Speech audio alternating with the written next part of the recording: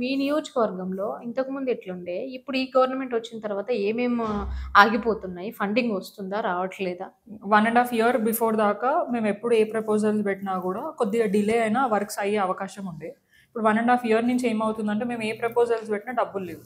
ఇప్పుడు రాష్ట్ర ముఖ్యమంత్రే నా దగ్గర డబ్బులు లేవు. అవును.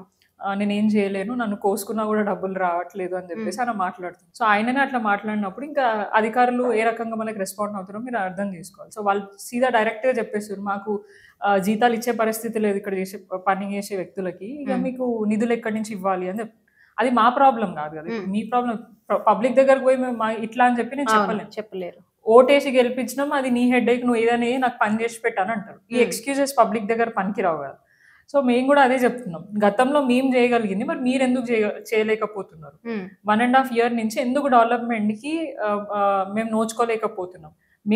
మేము అడగంగానే అప్పుడు నిధులొచ్చినప్పుడు ఇప్పుడు ఎందుకు మీరివ్వడానికి రావట్లేదు? ఎందుకు హ్మ్. ఇబ్బందవుతుంది?